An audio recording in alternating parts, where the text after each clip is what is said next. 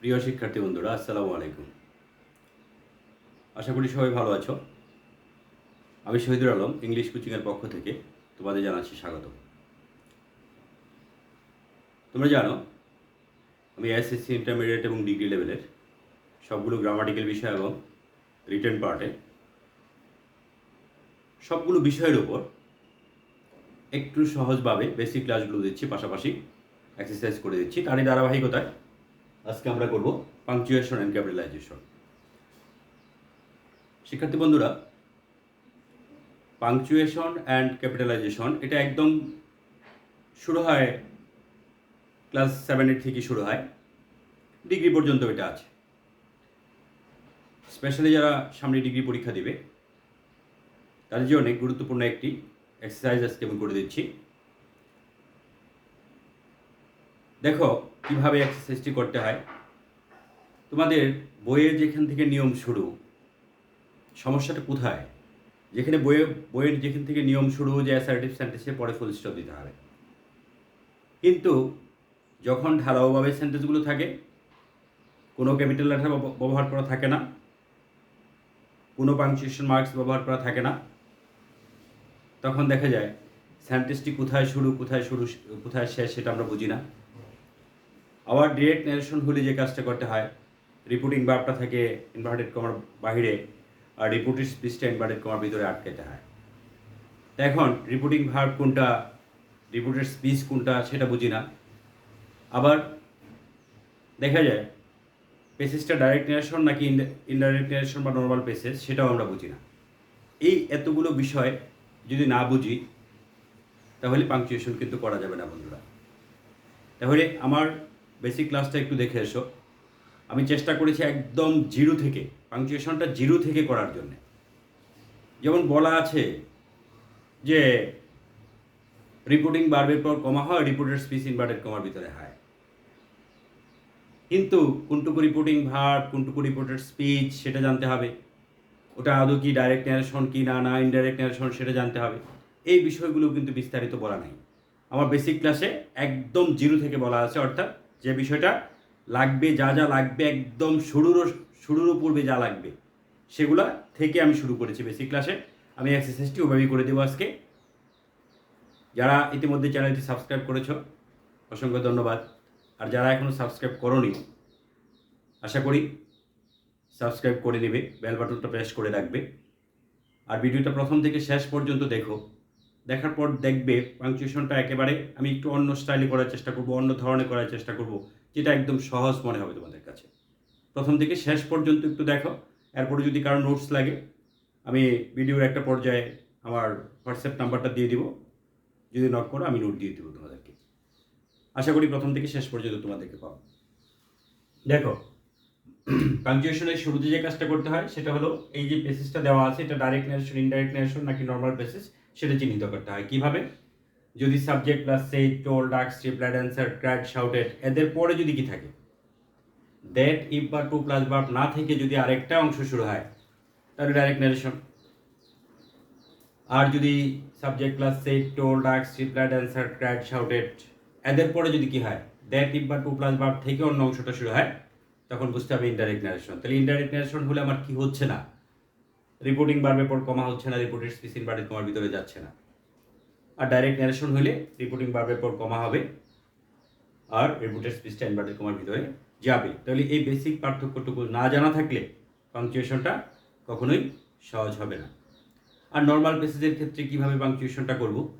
Normal পেসেজের ক্ষেত্রে আমরা কি করব, সবগুলো ভার্বকে আন্ডারলাইন করব, কারণ একটা ভার্বের জন্য একটা সেন্টেন্স হয় যদি কোনো কনজাংশন না থাকে। আর যদি কনজাংশন থাকে তখন দুটা সাবজেক্ট দুটা ভার্ব মিলে আইদার কমপ্লেক্স আর কম্পাউন্ড সেন্টেন্স হয়ে যায় সেটা।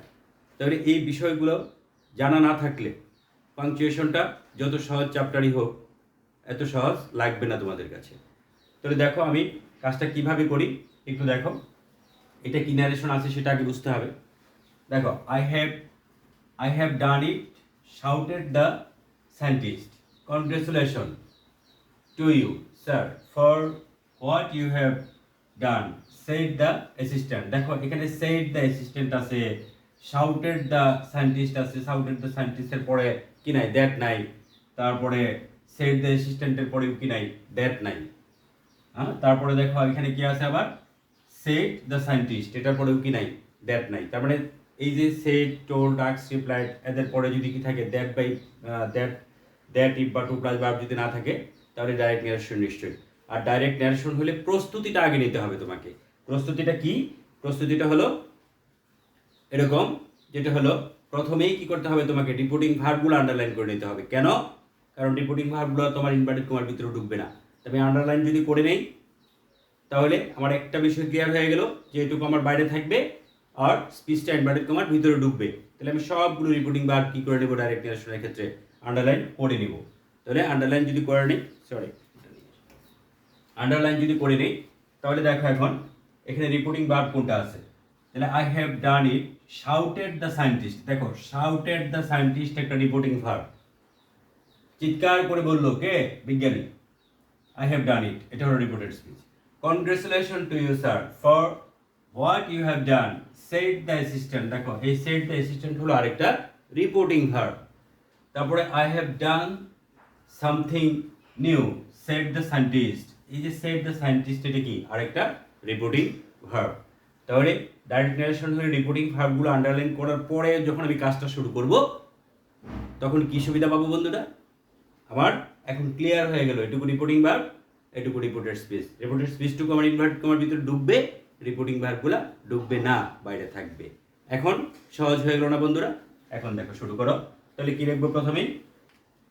এটা যেহেতু রিপোর্টেড স্পিচ আছে, তাহলে আমি লেখা শুরু করবো কিভাবে? ইনভার্টেড কমা শুরু করব। তাহলে কি লিখবো? আই ক্যাপিটাল দিব, I have done it, I have done it. এখানে কি দিব? এখানে একটা কমা দিয়ে ইনভার্টেড কমা ক্লোজ করব। I have done it, comma দিয়ে ইনভার্টেড কমা ক্লোজ করব। কারণ কি এখানে কমাটা কেন দিলাম? রিপোর্টিং ভার্বটা পরে আছে। যদি রিপোর্টিং ভার্বটা যদি আগে থাকতো, তাহলে এখানে কিন্তু ফুল স্টপ দিয়ে ক্লোজ করতাম। যেহেতু রিপোর্টিং ভার্বটা পরে আছে, আমি কমা দিয়ে ক্লোজ করব। তারপর কি বলবো? শাউটেড, এটা হলো reporting verb. Shouted the scientist, shouted the scientist. তারপরে কি দিব? ফুল স্টপ দিব। এটুকু হয়ে গেল আমাদের। আবার কি দেখো বন্ধুরা, এই যে congratulation to you sir for what you have done, এটা কি আছে? এটা আবার স্পিচ আছে। যেহেতু স্পিচ আছে, স্পিচটা আমি অবশ্যই ইনভার্টেড কমা দ্বারা শুরু করব। তো ইনভার্টেড কমা শুরু করলাম, তারপরে কি বলবো? কনগ্রেচুলেশন,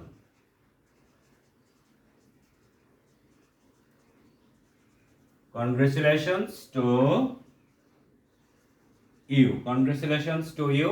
এখন দেখো এখানে কি আছে? একটা স্যার আছে।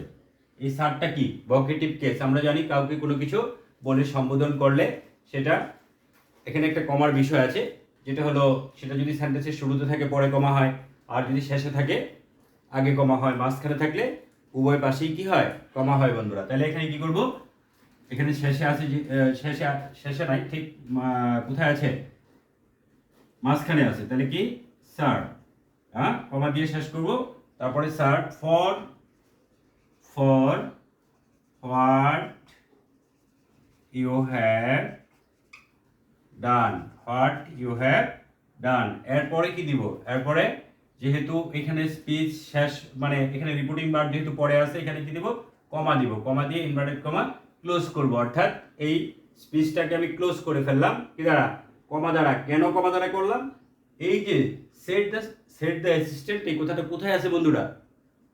রিপোর্টিং ভার্বটা কোথায় আছে? স্পিচের পরে আছে। যদি স্পিচের আগে থাকতো, এখানে কিন্তু ফুল স্টপ দিতাম। তাহলে এখানে কি হবে? সেট দ্য অ্যাসিস্ট্যান্ট,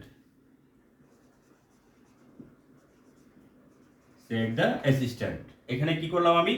এখানে আমার স্পিচও শেষ হলো, রিপোর্টিং ভার্বও শেষ হলো। তাহলে এখানে ফুল স্টপ দিব নিশ্চয়ই। এখানে দেখো I have done something new, set the scientist. তার মানে কি এখানে আবার নতুন একটা কি শুরু হলো? স্পিচ শুরু হলো। I have done something new, এটা দ্বারা নতুন স্পিচ আছে। যেহেতু নতুন স্পিচ আছে, স্পিচ বলতে ইনভার্টেড কমা দ্বারা শুরু করতে হবে। তাহলে আবার আমি কি দ্বারা শুরু করলাম? ইনভার্টেড কমা দ্বারা শুরু করলাম। শুরু করার পরে এখন কি করব? এই যে আই ক্যাপিটাল দিব। আই যে কোনো জায়গায় থাকুক না কেন ক্যাপিটাল হয় বন্ধুরা। তাহলে I have done something new. I have done something new. এখানে আমার কি শেষ হয়ে গেল? স্পিচ শেষ হয়ে গেল। পরে আবার কি আছে? এই যে said the scientist, এটা কি রিপোর্টিং ভার্ব আছে বন্ধুরা? তাহলে রিপোর্টিং ভার্ব যেহেতু আছে, স্পিচ শেষ হওয়ার পরে আমাকে তো ইনভার্টেড কমা দ্বারা ক্লোজ করতে হবে। তারও আগে কি দিতে হবে? কমা বা ফুল স্টপ বা প্রশ্নবোধক চিহ্ন একটা কিছু দিতে হবে। তাহলে এখানে কি দিব? যেহেতু ভার্ব পরে আছে, আবার কমা দিব, কমা দিয়ে ইনভার্টেড কমা দ্বারা কি করব বন্ধুরা? ক্লোজ করে দিলাম স্পিচটা। এখন কি করব? এখন বলবো দা রিপোর্টিং ভার্বটা দিয়ে দিব, দা সায়েন্টিস্ট সেড দা সায়েন্টিস্ট। কি করব এখানে? সেড দা সায়েন্টিস্ট। সেড দা সায়েন্টিস্টের পরে কি দিয়ে দিব? ফুল স্টপ দিয়ে দিব। তাহলে এই যে কাজটা করলাম আমরা বন্ধুরা, কিভাবে করলাম বলো তো? আমার প্রস্তুতিটা হলো মেইন এখানে। আমি কিভাবে প্রস্তুতি নিলাম? যেহেতু ডাইরেক্ট ন্যারেশন আছে, আমার প্রস্তুতিটা রিপোর্টিং ভার্ব আন্ডারলাইন করে তারপরে শুরু করব। আর যদি নর্মাল প্যাসেজ থাকতো তাহলে সবগুলো ভার্বকে আমি আন্ডারলাইন করে তারপরে আমি কাজটা যদি শুরু করি, তাহলে আমি এক্সট্রা যে বেনিফিটটা পাবো সেটা কি পাবো? তখন আমার সেন্টেন্স কোথায় শুরু হলো কোথায় শেষ হলো সেটা চিনতে কোনোই সমস্যা হবে না। কারণ কি, এক সেন্টেন্সের জন্য এক ভার্বের জন্য একটা সেন্টেন্স, যদি কনজাংশন থাকে তাহলে দুই ভার্বের জন্য, অর্থাৎ দুই সাবজেক্ট দুই ভার্বের জন্য একটা সেন্টেন্স। এই যে ছোট্ট একটি কথা, এটাই তোমাকে পাংচুয়েশন বুঝতে একদম বেশি সহায়তা করবে। আর যারা মানে বই থেকে খালি শিখি আমরা যে অ্যাসার্টিভ সেন্টেন্সের পরে ফুল স্টপ দিতে হয়, বাবা অ্যাসার্টিভ সেন্টেন্স কোথায় শুরু হলো কোথায় শেষ হলো সেটা তো আমি জানি না, ডালাভাবে থাকে, তখনই কি আমাদের পাংচুয়েশনটা আমরা পারি না। না পারার মূল কারণ হলো এটা, প্রস্তুতিটা আমরা বুঝি না। তাহলে প্রস্তুতি সহ যে কাজটা করলাম, আমি ওকে প্রস্তুতি নিলাম, তারপরে কি করলাম? কাজটা শুরু করলাম। এভাবে যদি তোমরা শুরু করো তাহলে পাংচুয়েশনের শেষে সহজ চ্যাপ্টার আর নাই। কিন্তু যদি এভাবে শুরু না করো তাহলে দেখা যাবে কি স্পিচের ভিতরে রিপোর্টের স্পিচের ভিতরে ভার্ব ঢুকে গেল, ভার্বের ভিতরে স্পিচ ঢুকে গেল, হইতেই পারে। আবার সেন্টেন্স কোথায় শুরু হলো কোথায় শেষ হলো সেটা ধরতে পারা একটা সমস্যা হইতেই পারে। আশা করি এইভাবে পাংচুয়েশন করবে। আমার বেসিক ক্লাসটা একটু দেখে এসো, তাহলে পাংচুয়েশন সম্পর্কে আর কোনো ডাউটই থাকবে না, একদম ক্রিস্টাল ক্লিয়ার একটা ধারণা পাওয়া যাবে। প্রথম থেকে শেষ পর্যন্ত যারা ছিলে সবাইকে অসংখ্য ধন্যবাদ। আর যারা এখন চ্যানেলটি সাবস্ক্রাইব করোনি, একটু সাবস্ক্রাইব করে রাখবে, বেল বাটন প্রেস করে রাখবে। অসংখ্য ধন্যবাদ সবাইকে।